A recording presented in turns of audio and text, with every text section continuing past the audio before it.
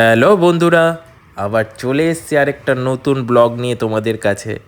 আজ ঘরের জাস্ট পেছনেই হাঁটতে হাঁটতে গেছিলাম, গিয়ে দেখি একটা লেক ছিল। যেই লেকের পাশ দিয়ে প্রতিদিন হাঁটতাম, সে লেকটা জমে পুরো বরফ হয়ে গেছে। দেখো, এটা দেখে মনে হচ্ছে কি লেক? আমার তো মনে হচ্ছে না, একদম সাদা বরফে ঢেকে গেছে। আর লেকের ওপর সব বাচ্চারাও খেলছিল, দারুণ লাগছিল, স্কেটিং করছিল। আর তার মধ্যে তাদের দেখা দেখে আমিও একটু হেঁটে নিলাম, কারণ এই সৌভাগ্য তো সবসময় হবে না, লেকের ওপর দিয়ে হাঁটবো, এটা হয়ও না। তো এই লেকটা দেখে মনে হচ্ছে না, কিন্তু এগিয়ে গিয়ে এই সাদা বরফ একটু একটু করে সরাচ্ছিলাম, সরিয়ে দেখো নিচে লেকটা বোঝা যাচ্ছে।